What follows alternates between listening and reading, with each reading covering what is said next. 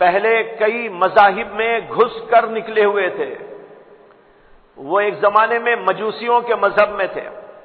مجوسیوں کے مذہب کو چھوڑ کر پھر عیسائی مذہب میں داخل ہوئے, اور پھر پادریوں میں سے بھی کئی پادریوں اور راہبوں کی خدمت میں وہ رہے. چلتے چلتے چلتے اللہ کے نبی علیہ الصلوۃ والسلام تک اللہ نے ان کو پہنچایا. بڑی عمر اللہ نے ان کو عطا فرمائی تھی. بہت پہلے, حضور سے بھی بہت پہلے پیدا ہوئے تھے. اس کے باوجود اللہ نے ان کی عمر کو لمبا کیا, اور اس لمبی عمر میں اللہ کے نبی علیہ الصلوۃ والسلام سے ملاقات ہوئی, اور پھر انہوں نے ایمان قبول کیا, اور جو ہے بڑے پکے سچے مومن صحابی بن کر اللہ کے نبی صلی اللہ علیہ وسلم کی خدمت اقدس میں رہے.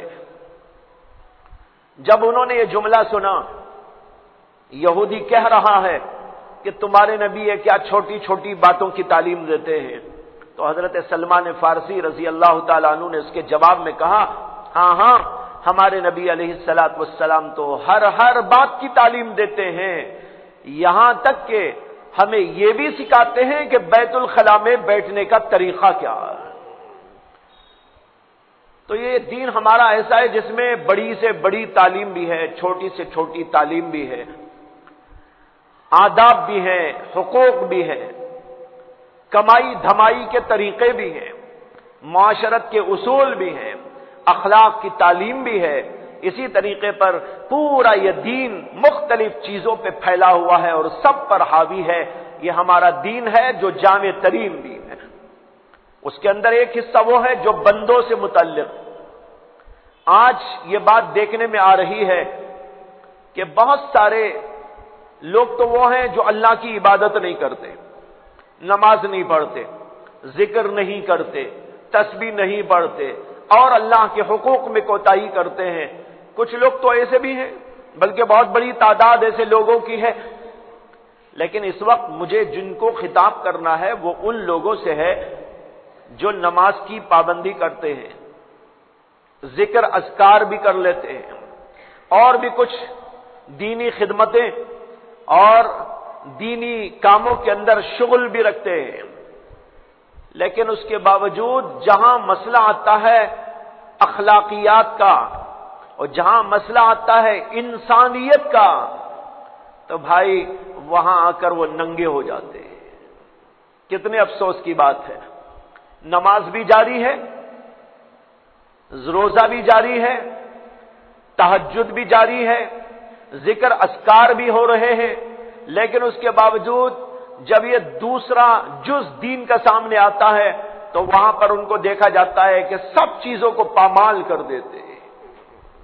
وہ انسان نظر نہیں آتے, عابد تو نظر آتے ہیں, انسان نظر نہیں آتے, ذاکر تو نظر آتے ہیں, انسان نظر نہیں آتے, تہجد گزار تو نظر آتے ہیں لیکن انسان نظر نہیں آتے. کسی کو مار بھی دیں, گالی گلوچ بھی کر دیں, حقوق کو دبا بھی لیں, زبان غلط چلانے لگے, انداز غلط اختیار کرنے لگے, بیوی کے ساتھ ظلم زبردستی کرنے لگے, رشتہ داروں کے حقوق کو پامال کرنے لگے, پڑوسیوں کو زک اور تکلیف پہنچانے لگے, اور بات بات میں غصے میں آ جایا کریں. اسی طرح الٹی سیدھی کرتے رہیں, لوگوں کو معاف کرنے کے بجائے اور ان پر ظلم و زیادتی کرنے لگے, چھوٹی چھوٹی باتوں کو بڑا بنا کر رکھنے لگے, دل کو کدورتوں سے آلودہ کر لیں, دل کے اندر حسد بھی ہو, بغض بھی ہو, کینہ بھی ہو, اور مختلف قسم کی گندگیاں ہو, اس کو پال کر بڑا کریں. یہ آج بہت سارے لوگوں کے اندر مزاج پیدا ہو گیا ہے. کتنے افسوس کی بات ہے. میں ان لوگوں کی بات نہیں کرتا ہوں جو لوگ نماز ہی نہیں پڑھتے, ذکر ہی نہیں کرتے, اللہ کو یاد ہی نہیں کرتے, بلکہ ان کی بات کر رہا ہوں یہ سب کچھ کرتے ہیں, لیکن اس کے ساتھ ان کی صورتحال انسانیت میں, اخلاق میں دیکھو تو ایسی نظر آتی ہے. یاد رکھنا چاہیے اللہ تبارک و تعالی محض عبادت کو نہیں دیکھتے بلکہ یہ دیکھتے ہیں کہ عبادت کرنے والا انسان بھی ہے کہ نہیں ہے.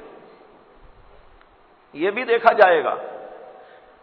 میں عرض کروں آپ کے سامنے ہم سب جانتے ہیں کہ شیطان بھی بہت بڑا عابد تھا، لیکن اس کی عبادت سے کوئی نفع نہیں ہوا۔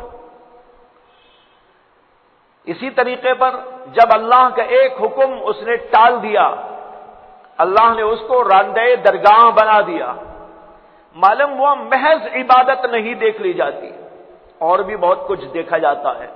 اسی طریقے پر ایک انسان اللہ کے ایک حکم کو مانتا ہے، ایک حکم کو ٹھکراتا ہے، عبادت والے حکم کو مانتا ہے، اخلاق والے حکم کو ٹھکراتا ہے، معاشرت والے احکام کو ٹھکراتا ہے، معاملات کے احکام کو ٹھکراتا ہے، ظاہر بات ہے وہ بھی ٹھکرانے والا بندہ ہو گیا۔ اس لیے ہم بنے تو پہلے انسان بنے۔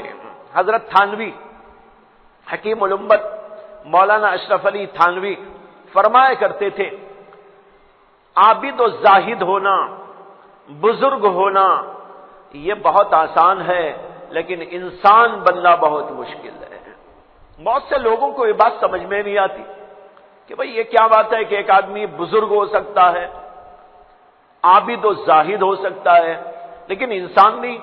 انسان بننا کیا مشکل؟ ہم سب تو ماشاءاللہ انسان ہی ہیں جی، صورت کے انسان ہیں، شکل کے انسان ہیں، دل ڈول کے انسان ہیں، لیکن اندرون کے اعتبار سے دیکھیں تو ہم میں سے بہت سے ایسے ہیں جن کو دیکھ کر شیر بھی بیچارہ اپنی شیریت سے توبہ کر لے، وہ کہے گے ارے میں کیا شیر ہوں، شیر تو یہ معلوم ہوتا ہے۔ باغ اور ریچھ بھی اس کے سامنے گھٹنے ٹیک دے اور کہیں کہ بھائی ہمارا کیا باغیت، ہماری کیا باغیت، ہماری کیا شیریت، یہ تو ہم سے بھی بڑا باغ، ہم سے بھی بڑا شیر نظر آتا ہے۔ یہ صورت ہم نے اپنا لی ہے۔ یہ بات بہت ہی زیادہ اصلاح کے قابل ہے۔ میں نے گزشتہ جمعرات بھی اس حدیث کے متعلق عرض کیا تھا جس میں آیا ہے کہ اللہ کے نبی علیہ الصلوۃ والسلام نے فرمایا الدنیا سجن المؤمن و جنت الکافر، دنیا مومن کے لیے قید خانہ ہے۔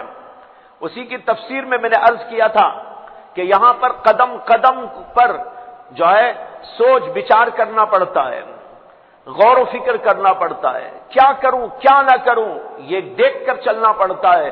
اگر آدمی یہ سب دیکھے بغیر منمانی زندگی گزارے گا تو وہ تو اس دنیا کو اپنے لیے قید خانہ نہیں، اپنے لیے جنت بنا رہا ہے۔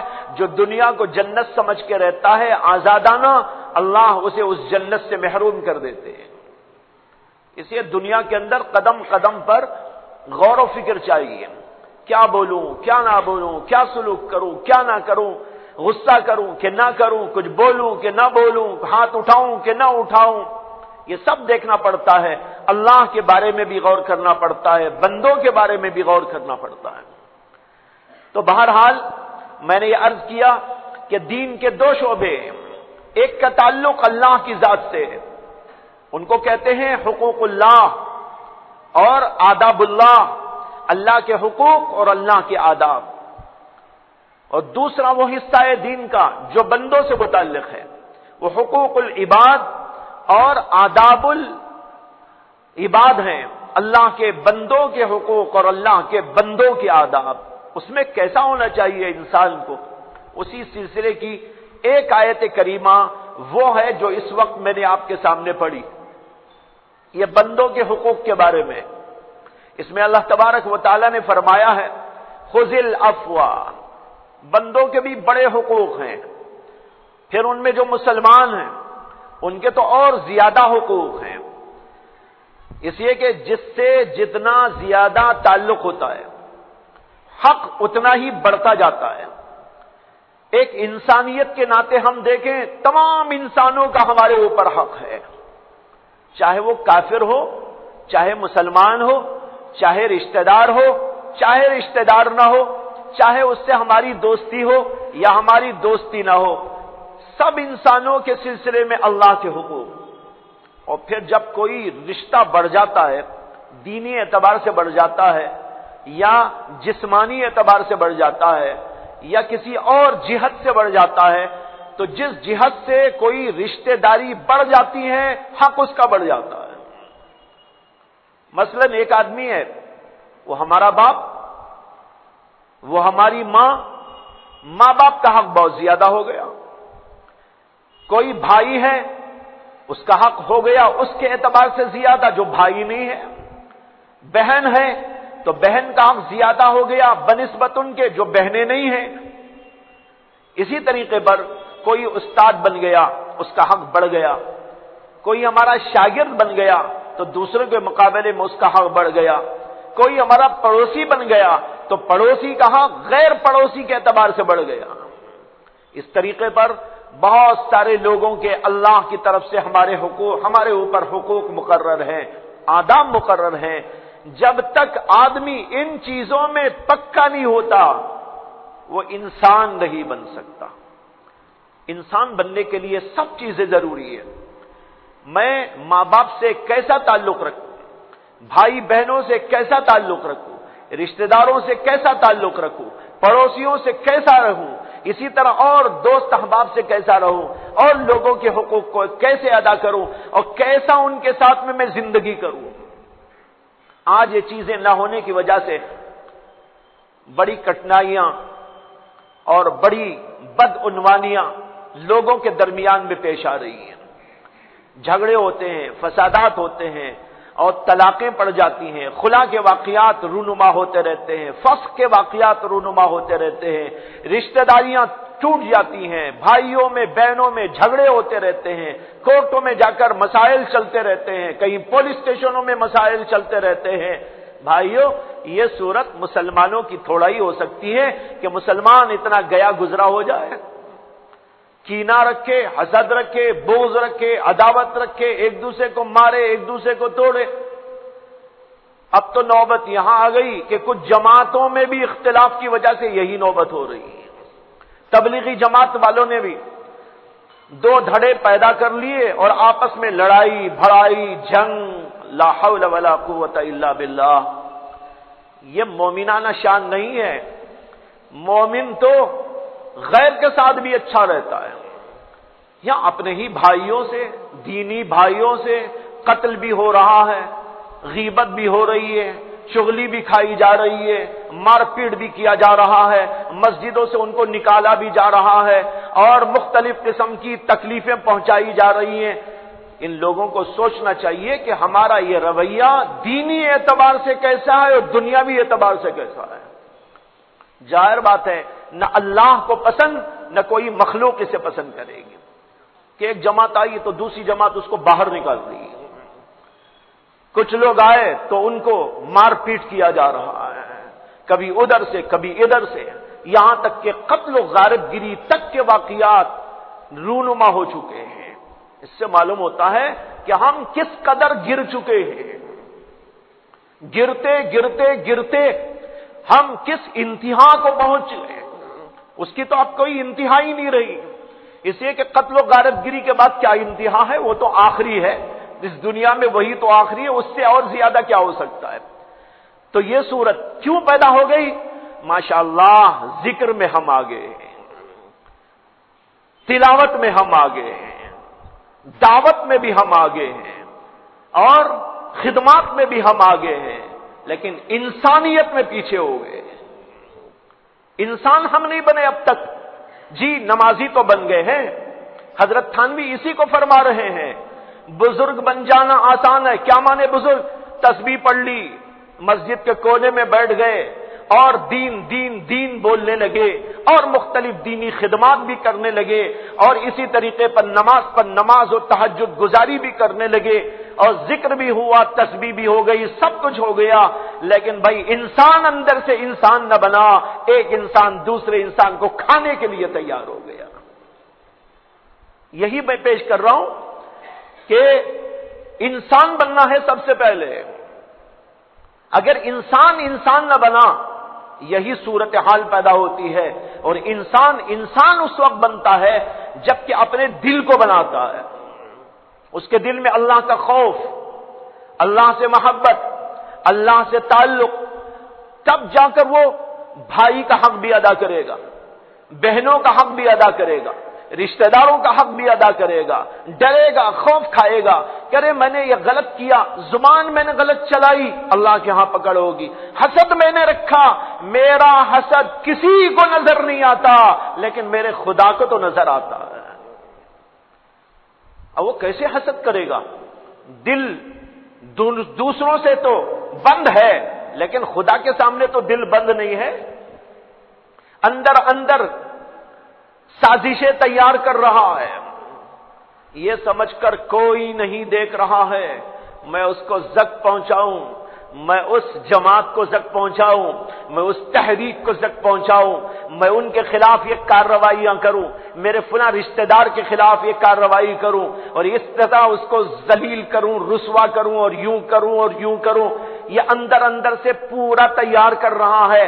لیکن کیوں تیار کر رہا ہے؟ اس لیے تیار کر رہا ہے کہ اسے اللہ پر یہ یقین نہیں ہے کہ وہ خدا مجھے یہاں دیکھ رہا ہے۔ اگر یہ یقین ہوتا تو کیسے کر سکتا ایک مومن؟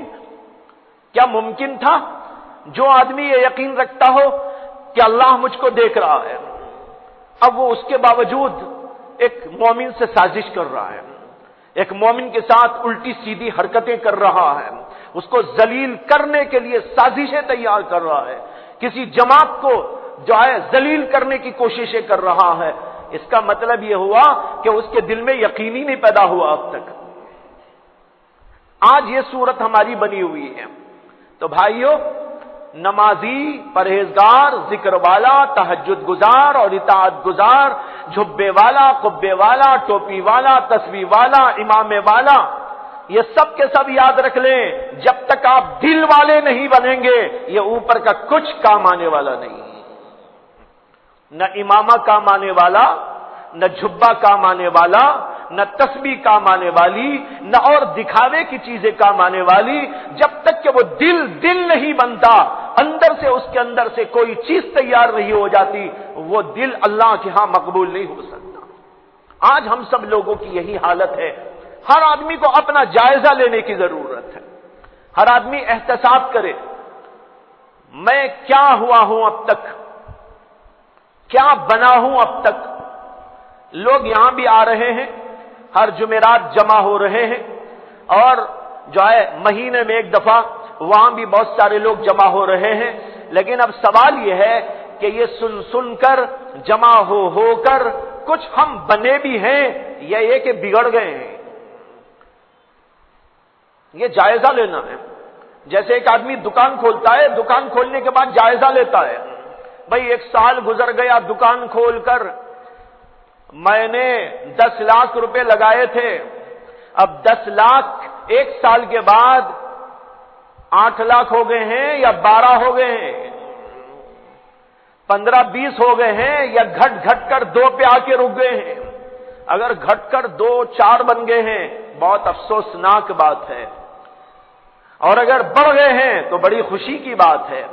اسی طرح ہم سب کو جائزہ لینا ہے کہ ہم کہاں تک پہنچے ہیں، ہمارا دل کہاں تک بنا ہے، اللہ کا خوف کتنا آ گیا ہے، اللہ کی محبت کتنی آ گئی ہے، اور ہم اپنے بھائیوں کے ساتھ میں کیسے بنے ہیں، ہمارے دل کے اندر سے کینہ اور جو ہے بغض اور عداوت اور حسد کتنا نکل کر صاف پاک ہو گیا ہے، میں اپنے دوسرے بھائیوں کے لیے کیسا دل رکھتا ہوں۔ حدیث میں آتا ہے، اللہ کے نبی علیہ الصلوۃ والسلام نے فرمایا کہ تم میں سے کوئی آدمی اس وقت تک کامل مومن نہیں ہو سکتا جب تک کہ اپنے بھائی کے لیے وہی پسند نہ کرے جو خود کے لیے پسند کرتا ہے۔ اس حدیث کو معیار بنائیے، اپنی زندگیوں کا معیار، اور سوچیں میں اپنے پڑوسیوں کے لیے کیا چاہتا ہوں، میں اپنے بھائیوں کے لیے کیا چاہتا ہوں، میں اپنے رشتہ داروں کے لیے کیا چاہتا ہوں، میں اپنے اور تعلق والوں کے لیے کیا چاہتا ہوں، عام مومنین کے لیے میں کیا چاہتا ہوں۔ میں وہی چاہتا ہوں جو میرے لیے چاہتا ہوں، یا یہ کہ میرے لیے کچھ اور پسند کرتا ہوں، دوسروں کے لیے کچھ اور پسند کرتا ہوں۔ میرے لیے تو میں چاہتا ہوں عزت ملے، لیکن میری کوشش ہوتی ہے میرے بھائی کو ذلت ملے۔ یہ مومن ہو گیا؟ میں یہ چاہ رہا ہوں کہ مجھے تو عزت ملے، میری یہ کوشش ہے کہ میرے بھائی کو ذلت ملے، وہ رسوا ہو جائے، وہ بدنام ہو جائے، لوگ اس کا ڈھنڈورا پیٹتے ہوئے اس کی برائیاں کرنے لگیں، یہ میری خواہش۔ تو میں کیسا مومن ہوا؟ اللہ کے نبی علیہ الصلوۃ والسلام تو یہ فرما رہے کہ کوئی آدمی مومن نہیں ہو سکتا جب تک کہ اپنے بھائی کے لیے وہی چیز پسند نہ کرے جو خود کے لیے پسند کرتا ہے۔ اگر اپنے لیے عزت پسند ہے، اپنے بھائی کے لیے بھی عزت ہی کو پسند کرو۔ اپنے لیے اگر ہم یہ چاہتے ہیں کہ بھئی ہم کو راحت ملنا چاہیے، آرام سے میں رہنا چاہیے، تو اپنے بھائی کے لیے بھی وہی بات ہونا چاہیے، میرے بھائی بھی آرام سے رہیں، میرے بھائیوں کو تکلیف نہ پہنچے، وہ کوئی بھی ہو، قریب کا ہو تو بہت زیادہ کوشش، اور دور کا ہو تو اس کے لیے بھی یہی خواہش و تمنا و آرزو کہ کہیں کا بھی کوئی مومن ہے اسے عزت ملے، اسے راحت ملے، اسے آرام ملے، اسے آسائش ملے، اور اللہ اس کی ہر چیز کو پورا کرے، اس کی خواہشات کو پورا کرے، جیسے اپنے لیے ہم چاہتے ہیں اسی طرح دوسروں کے لیے بھی ہم چاہا کریں۔ اگر یہ ہمارا مزاج ہے تو یہ مزاج مومنانہ، اور اگر یہ مزاج نہیں ہے تو مزاج کافرانہ، وہ کافر کا مزاج ہے، یہ مومن کا مزاج ہے، جو اسی حدیث سے سمجھ میں آ رہا ہے جو اللہ کے نبی علیہ السلام واضح الفاظ میں فرما رہے ہیں۔ ایک بزرگ کا قصہ ہے کہ ان کی بیوی بہت پریشان کرتی تھی، ان کچھ نہ مانتی، اطاعت کے بجائے مخالفت کرتی، راحت کے بجائے تکلیف اور زخم پہنچاتی۔ زمانہ گزرتا رہا، وہ بزرگ ہمیشہ اس کی تکلیفوں پر صبر کرتے۔ ایک بار ان سے کسی نے کہا کہ حضرت آپ اس بیوی کو رکھ کر اتنی تکلیف کیوں اٹھا رہے؟ آپ کو تو اللہ نے حق دیا ہے، ایسی بیوی کو طلاق دے سکتے ہیں، آپ طلاق دے دیتے۔ ان بزرگ نے ایک عجیب جواب دیا، انہوں نے کہا بھائی میں بھی جانتا ہوں ایسا ہو سکتا تھا، لیکن مجھے یہ خیال آتا ہے کہ میں اس کو طلاق دوں گا،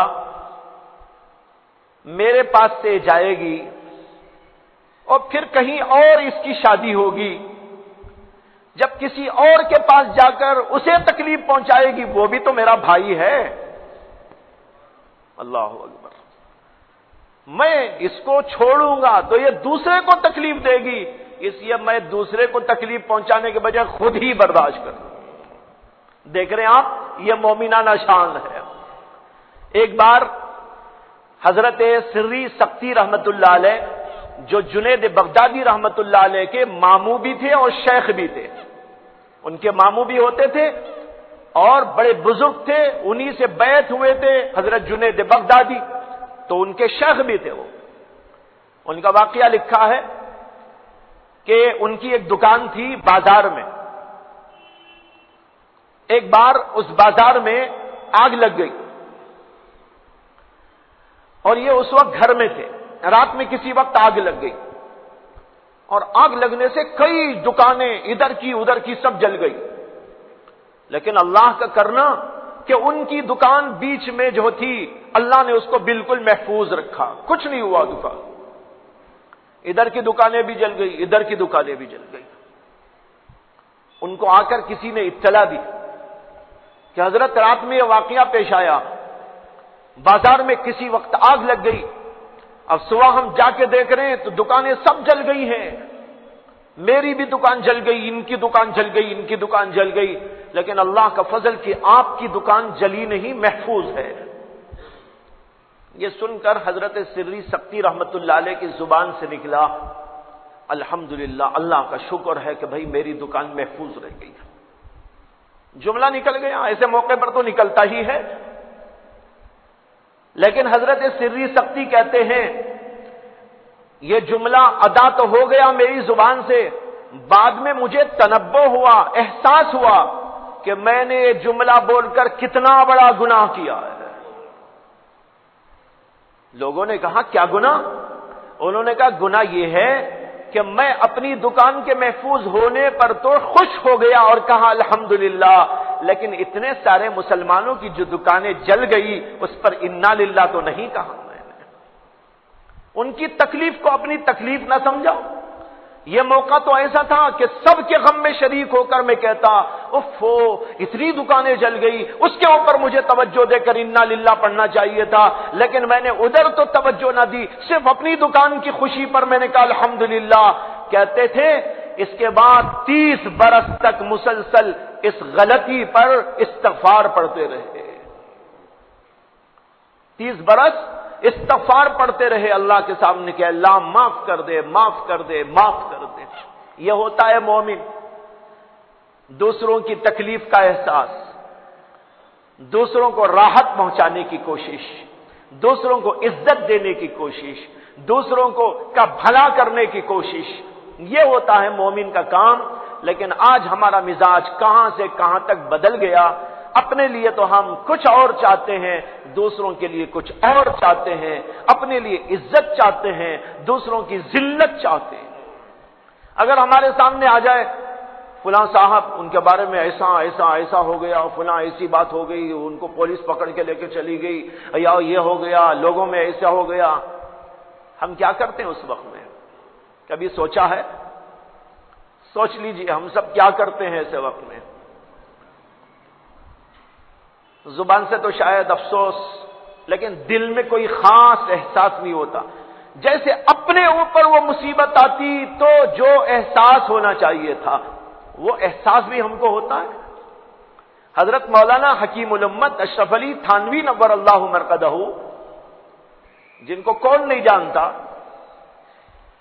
اسی زمانے کے دوسرے بزرگ حضرت مولانا شیخ الاسلام حسین احمد مدنی نور اللہ مرقدہ, یہ دونوں اپنے زمانے کے اساتین, علم میں, تقوی میں, طہارت میں, خدمات میں, لازوال ان کی خدمات, بے شمار ان کی خدمات, ساری دنیا جن کو جانتی ہے. ان دونوں بزرگوں میں کچھ مسائل میں اختلاف بھی رہا. حضرت مولانا حسین احمد مدنی ہندوستان کی تقسیم والے مسئلے میں بڑے شدید تھے کہ ہندوستان تقسیم نہیں ہونا چاہیے. یہ پاکستان جو بنا تو اس کے بننے سے پہلے کچھ لوگوں نے یہاں تحریک جاری کر دی تھی, لیکن حضرت مدنی اور جمعیت علماء ہند پورے کی پوری اور اس سے لگے ہوئے تمام بزرگان, یہ سب کے سب اس بات پر تلے ہوئے تھے ہندوستان کو تقسیم ہونے نہیں دینا ہے. ہندوستان کا تقسیم ہونا بہت غلط ہوگا, ملت کے لیے بہت نقصان دہ ہوگا. اور دوسری طرف حضرت حکیم الامت اشرف علی تھانوی وہ تقسیم ہند کے قائل تھے اور اس کے لیے بڑا زور لگا رہے تھے, نہیں ہندوستان کو تقسیم ہونا چاہیے اور مسلمانوں کا الگ ملک بننا چاہیے. اس زمانے میں جو حالات پڑھتے ہیں کتابوں میں, ایسا گرما گرم مسئلہ, کوئی مسالہ بھی اتنا گرم نہیں, کوئی چولہا بھی اتنا گرم نہیں, ایسا زبردست چلا ہے مسئلہ. اس زمانے میں بہت ساری ایسی تحریکات جاری تھی. حضرت مولانا حسین احمد مدنی نور اللہ مرقدہ کو انگریزوں نے گرفتار کر لیا تھا. اس کی اخباروں کے اندر خبر آئی. حضرت مولانا حکیم الامت اشرف علی تھانوی کو بھی بتایا گیا کہ خبر آئی ہے کہ مولانا حسین احمد مدنی نور اللہ مرقدہ کو حکومت, جو عیسائی حکومت انگریزوں کی حکومت تھی اس زمانے میں, اس نے گرفتار کر لیا. یہ خبر سن کر 3 دن تک حضرت تھانوی کی نیند اڑ گئی. 3 دن تک کھانا کھانے تیار نہیں ہوئے. غم کا عجیب حال تھا, ان کا چہرہ بتاتا تھا انتہائی غمگین ہے. انہوں نے 3 دن کے بعد میں بتایا کہ 3 دن سے سویا نہیں, غم کی وجہ سے نیند نہیں آئی اور کھانا کھانے کو طبیعت نہیں چل رہی ہے. اور اس کے ساتھ یہ کہا مجھے خود نہیں معلوم تھا کہ مولانا حسین احمد مدنی سے مجھے اتنی محبت ہے. حالانکہ اختلاف تھا, شدید اختلاف. اختلاف تو علمی بنیادوں پر ہوتا ہے، اختلاف تو کسی علمی بنیاد پر، دلائل کی بنیاد پر ہوتا ہے، نظریات کی بنیاد پر ہوتا ہے، اور اس کے تجربات کی بنیاد پر ہوتا ہے، وہ تو ہو سکتا ہے، ہوتا ہے۔ لیکن بھائی اختلاف کو یہاں تک پہنچا دینا کہ لڑائی کرنے لگے، ایک دوسرے کو زخم پہنچانے لگے، ایک دوسرے کی خلاف تلوار اٹھانے لگے، لا حول ولا قوت الا باللہ، یہ انتہائی گھٹیا قسم کی چیز ہے۔ میں عرض کرنا چاہ رہا ہوں یہ ہونا چاہیے، اختلاف بھی ہوتا ہے اپنی جگہ، پیار و محبت بھی ایسی، اختلاف کرو، اختلاف تو ہو سکتا ہے، کسی بھی مسئلے میں اختلاف ہوتا ہے، ایک عالم کہتا ہے یہ حلال اور ایک عالم کہتا ہے حرام، کوئی کہتا ہے یہ سنت، کوئی کہتا ہے کہ وہ نہیں ہے، کوئی کہتا ہے کہ ایسا ہونا چاہیے، کوئی کہتا ہے کہ ایسا ہونا چاہیے، کچھ اس کے ماننے والے بھی ہوتے ہیں، کچھ اس کے ماننے والے بھی ہوتے ہیں۔ ائمہ کرام کے اندر بھی اختلاف رہا، حضرت امام ابو حنیفہ میں، امام شافعی میں، امام مالک میں، امام احمد بن حنبل میں، اسی طرح اور بہت سارے لوگوں، امام ابو یوسف کا نام آپ نے سنا ہوگا، امام محمد کا نام آپ نے سنا ہوگا، دونوں شاگرد ہیں امام ابو حنیفہ کے، لیکن کئی مسائل میں ان دونوں میں بھی اختلاف ہے۔ لیکن اختلاف تو اپنی جگہ، پیار محبت اپنی جگہ، عظمت و احترام اپنی جگہ، حقوق کا لحاظ اپنی جگہ پر، یہی طریقہ تھا ہمارے سلف کا، بزرگوں کا۔ وہ انسان تھے، اس کے ساتھ سب کچھ تھے، لیکن ہم سب کچھ ہو گئے ہیں، انسان نہیں ہوئے اب تک۔ نمازی بھی ہیں، انسان نہیں، ذاکر بھی ہیں، انسان نہیں، قاری بھی ہیں، انسان نہیں، عالم بھی ہیں، انسان نہیں، اس لیے سب کچھ ہو رہا ہے۔ امام شافعی رحمت اللہ علیہ ایک بار امام اعظم ابو حنیفہ رحمت اللہ علیہ کی مزار پہ گئے، ادھر جانا ہوا ان کا، تو مزار پہ پہنچے اور جو ہے فاتحہ پڑھی، کچھ پڑھ کر اس کے بعد دیکھا تو وہاں قریب میں ایک مسجد تھی، وہ مسجد میں نماز پڑھنے کے لیے تشریف لے گئے، نماز کا وقت قریب تھا۔ اس مسجد میں جو مؤذن اور امام تھے وہ حنفی مسلک والے تھے، پڑھتے تو سب تھے، اس زمانے میں حنفیوں کی مسجد الگ، شافعیوں کی مسجد الگ، حنبلیوں کی مسجد الگ، اہل حدیث لوگوں کی مسجد الگ، جیسے آج کل ہو گیا ہے، یہ کسی اس زمانے میں تھا ہی نہیں۔ مسجد بنا دی جاتی تھی، اب امام حنفی ہے لیکن لوگ آ رہے ہیں، پڑھ رہے ہیں، حنفی بھی آ رہے ہیں، شافعی بھی آ رہے ہیں، مالکی بھی آ رہے ہیں، اور لوگ بھی آ رہے ہیں۔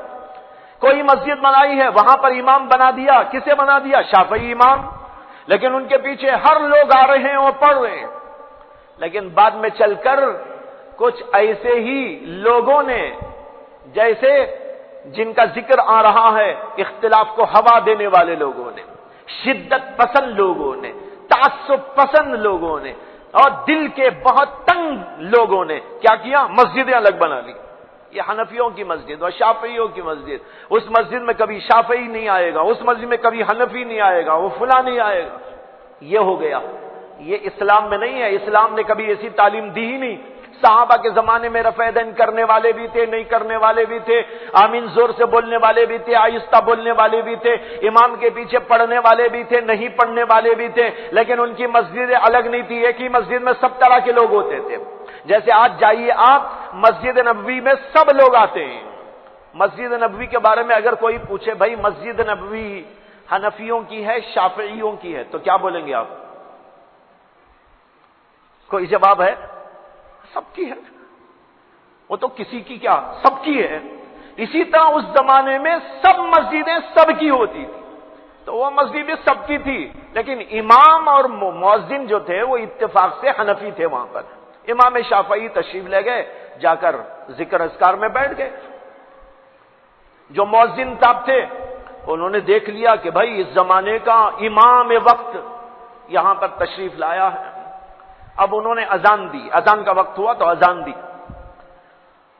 حنفی اذان کیسا دیتے ہیں؟ ویسا جیسے یہاں ہوتی ہے، لیکن امام شافعی کا مسلک یہ ہے کہ اذان میں تھوڑا فرق ہے ہمارے ہاں اور ان کے ہاں میں۔ کیا فرق ہے؟ ہم کہتے ہیں اللہ اکبر اللہ اکبر اللہ اکبر اللہ اکبر، پھر کیا کہتے ہیں؟ اشہد ان لا الہ الا اللہ اشہد ان لا الہ الا اللہ، پھر کہتے ہیں اشہد ان محمد الرسول اللہ اشہد ان محمد الرسول اللہ، اس کے بعد حی علی الصلاۃ۔ ان کے ہاں نہیں، ان کے ہاں پھر اسی کو ریپیٹ کریں گے، دوبارہ کہیں گے اشہدو ان لا الہ الا اللہ، اشہدو ان لا الہ الا اللہ، اشہدو ان محمد رسول اللہ، اشہدو ان محمد رسول اللہ۔ ہمارے ہاں یہ کلمے 2 دفعہ بولتے ہیں، ان کے ہاں 4 دفعہ بولتے ہیں۔ اس کا نام ہے ترجیع۔ ترجیع کے معنی لوٹانا، ایک بار بول کر پھر دوبارہ بولتے ہیں۔ یہ شافعی طریقہ ہے اذان دینے کا۔ تو اس مسجد میں ہمیشہ اذان ہوتی تھی حنفی طریقے کے مطابق۔ آج وہاں امام شافعی تشریف لائے ہیں تو مؤذن صاحب نے کیا کیا، شافعی طریقے کے مطابق اذان دے دی۔ شافعی جو طریقہ بھی بتایا ویسا اذان دی انہوں نے آج۔ کیوں؟ امام شافعی تشریف لائے ہیں، ان کے اعزاز میں ان کے مسلک پر عمل کر لیا۔ اچھا، اس کے بعد کیا ہوا؟ امام صاحب آئے، امام صاحب نے دیکھا امام شافعی تشریف لائے ہیں۔ جو امام تھے وہ بھی کوئی بہت بڑے عالم ہوں گے، محدث ہوں گے، فقیہ ہوں گے، مجتہد ہوں گے، لیکن امام شافعی ان سے بڑے مجتہد۔ انہوں نے کہا ان کے ہوتے ہوئے میں کیسا نماز پڑھا سکتا ہوں؟ درخواست کی گئی حضرت نماز آپ پڑھائیں۔ امام شافعی مصلی پہ گئے، لیکن رفع یدین کیے بغیر نماز پڑھا دی۔ سمجھ میں آ رہا ہے؟ رفع یدین کیے بغیر نماز پڑھا دی، جیسے ہم لوگ پڑھتے ہیں حنفی لوگ رفع یدین نہیں کرتے، حالانکہ امام شافعی کا مسلک یہ ہے کہ رفع یدین کرنا چاہیے۔ ان سے پوچھا گیا کہ حضرت آج آپ نے رفع یدین نہیں کیا؟ انہوں نے کہا بھائی میں ابو حنیفہ کے قریب میں آیا ہوں، آج میں نے اپنے مسلک کو چھوڑ کر ان کے مسلک پر عمل کر لیا۔ یہ تھی پیار کی بات، محبت کی بات، عقیدت کی بات، انسانیت کی بات، اخلاق کی بات۔ یہ ہوتے تھے وہ حضرات۔ اختلافات اپنی جگہ پر، پیار محبت ایسا، عقیدت و محبت ایسی، تعلق ایسا، حقوق کا لحاظ ایسا، آداب کی رعایت ایسی ہوتی تھی۔ جب وہ دور تھا تو دین پھیلتا چلا گیا۔ اب ہم دین کے نام پہ لڑنے لگے، قتل کرنے لگے، ایک دوسرے کو گرانے لگے، بے عزت کرنے لگے ہیں، مسجدوں سے باہر کرنے لگے ہیں۔ لا حول ولا قوت الا باللہ۔ یہ صورتحال جب تک امت مسلمہ بدل نہیں دے گی اس وقت تک امت کو دنیا کے اندر اللہ برتری کیسے عطا کرے گا؟ ذلت و خواری اور رسوائی کے سارے اسباب تو ہم نے جمع کر لیے۔ ذلت اور رسوائی کے اسباب جمع کر کے خواہش یہ ہے ہم کو بلندی مل جائے، ہم کو اونچائی مل جائے، ہم کو عظمت و جلالت مل جائے۔ بھائیو، اس کی مثال تو ایسی ہے جیسے کوئی آدمی زہر کھائے اور خواہش کرے کہ میں اچھا تندرست و توانا موٹا تازہ ہو جاؤں۔ موٹا تازہ تو کیا ہوگا؟ تیری تو قبر بنے گی پہلے۔ موٹا تازہ، موٹے تازے کا کیا تصور کرتا ہے؟ قبر میں اتارا جائے گا۔ زہر کھانے والے کو جو زہر کھانے کے بعد موت آئے گی، موت کے بعد تو اس کا حشر یہ ہے کہ قبر میں اتارا جاتا ہے۔ اسی طرح بھائیو، اگر ہم نے ذلت و خواری کے اسباب جمع کر لیں اور خواہش کریں کہ ہم کو بلندی نصیب ہو جائے، کہاں سے بلندی نصیب ہوگی؟ آج ضرورت ہے اس بات کی کہ ہم انسان بنیں، ہمارا کردار اور کیریکٹر انسانوں جیسا ہو، ہمارے اخلاق میں، کردار میں وہ بلندی پائی جائے، وہ انسانیت کے آداب ہم سیکھ لیں۔ ایک انسان دوسرے انسان کو سمجھنے لگے۔ ایک انسان اگر دوسرے انسان کو نہیں سمجھے گا تو اس کو کیا کہا جائے گا؟ اس کا نام آپ سوچ لیجئے کیا ہو سکتا ہے۔ ایک انسان اگر دوسرے انسان کو نہیں سمجھے گا وہ تو جانوروں کی طرح ہو جاتا ہے۔ آج اس بات کی سخت ترین ضرورت ہے۔ بات جو عرض کی گئی وہ میں اصل میں اس آیت کے ضمن میں کچھ باتیں عرض کرنے کے لیے شروع کیا تھا۔ خذ العفو، معافی کو عادت بنا لو۔ یہ انسانوں کا کیریکٹر ہے، یہ اخلاق کا تقاضا ہے۔ معاف نہ کرنا یہ انسانیت کا تقاضا نہیں ہے، یہ اچھے لوگوں کا کیریکٹر نہیں ہے۔ اچھے لوگوں کا کیریکٹر یہ جو قرآن بیان کر رہا ہے، خذ العفو۔ خذ کا جو لفظ ہے بہت قیمتی لفظ ہے، سمجھنے کے قابل ہے۔ اللہ چاہتا تو یوں بھی کہہ سکتے تھے واعفو، یہ لفظ بھی آتا ہے، معاف کر دو، اللہ چاہتے تو یہ بھی بول سکتے تھے، اور یہ بولا بھی جاتا ہے عربی کے اندر اور حدیثوں میں استعمال بھی ہوا ہے، واعف عمن ظلمک، جو تیرے اوپر ظلم کرے اس کو بھی معاف کر دے۔ اللہ کے نبی علیہ السلام بلند ترین کیریکٹر سمجھا رہے ہیں، بلند ترین اخلاق کا درس دے رہے ہیں۔ کیا ہے کہ اگر کوئی تیرے اوپر ظلم کرے تو تم معاف کر دے، غصے کو چھوڑ دے۔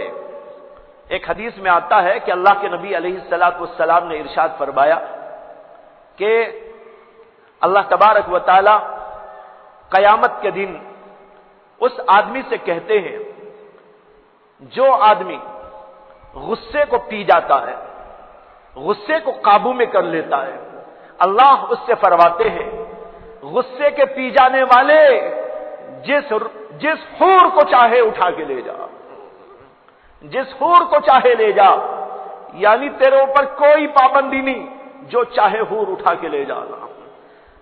یہ ہے کیریکٹر، غصے کو پی جائے، معاف کر ڈالے۔ میں کہہ رہا تھا خذ کے لفظ کے اوپر غور کیجئے، خذ کے معنی پکڑ لو۔ ایک ہوتا معاف کر دو، معاف کرنا تو ایک دن کا مسئلہ، ایک وقت کا مسئلہ، لیکن خذ العفو کی تعبیر یہ حیرت انگیز تعبیر ہے، قرآن کریم کی بلاغت بتا رہی ہے، قرآن کریم کا اعجاز اس سے ظاہر ہوتا ہے۔ اللہ یہ کہہ رہے ہیں معاف کرنے کو پکڑ لو، چھوڑو مت اسے، عادت بنا لو، مزاج بنا لو، تمہارے دل میں پیوست کر لو کہ ہر وقت تمہیں کیا کرنا چاہیے، معاف کرنا چاہیے۔ کتنی عجیب بات ہے جو اللہ تبارک و تعالیٰ نے فرمائی۔ چاہتے تو واعفو بھی کہہ سکتے تھے، لیکن یہ لفظ بول کر بتا رہے ہیں نہیں تمہارا مزاج ایسا ہو جانا چاہیے۔ کب ہے نماز؟ تو بہرحال اس آیت کی تشریح انشاءاللہ اگلے ہفتے کریں گے۔ اگلے ہفتے تو رہیں گے نہیں، اگلے ہفتے ہمارا سفر ہے، اگلے ہفتے میں نہیں رہیں گے، بنگلہ دیش کا سفر ہے ہفتے کے دن، پھر واپسی بھی ہفتے کے دن ہوگی، اس لیے آئندہ جمعرات اور جمعہ حاضری نہیں رہے گی۔ بہرحال اس کے بعد انشاءاللہ اس کے بارے میں گفتگو کروں گا۔ اللہ تعالیٰ سے دعا کریں کہ اللہ تعالیٰ جو کچھ کے سنتے ہیں سناتے ہیں اس پر عمل کی ہم سب کو بھرپور توفیق عطا فرمائے۔ یہ باتیں ہوائی فائرنگ کی طرح نہ ہو جائے بلکہ ہمارے دلوں کے اندر اتر جائے، ہمارے جذبات کو اللہ تبارک و تعالیٰ جو ہے اس جامہ پہنانے کی توفیق عطا فرمائے۔ وآخر دعوانا ان الحمد للہ رب العالمین۔ اللہم صلی علی سیدنا محمد وعلی آل سیدنا مولانا محمد وبارک وسلم۔ ربنا لا تؤاخذنا ان نسینا او اخطانا، ربنا ولا تحمل علينا إصرا كما حملته على الذين من قبلنا، ربنا ولا تحملنا ما لا طاقة لنا به، واعف عنا واغفر لنا وارحمنا أنت مولانا فانصرنا على القوم الكافرين۔ سبحان ربك رب العزة عما يصفون وسلام على المرسلين والحمد لله رب العالمين۔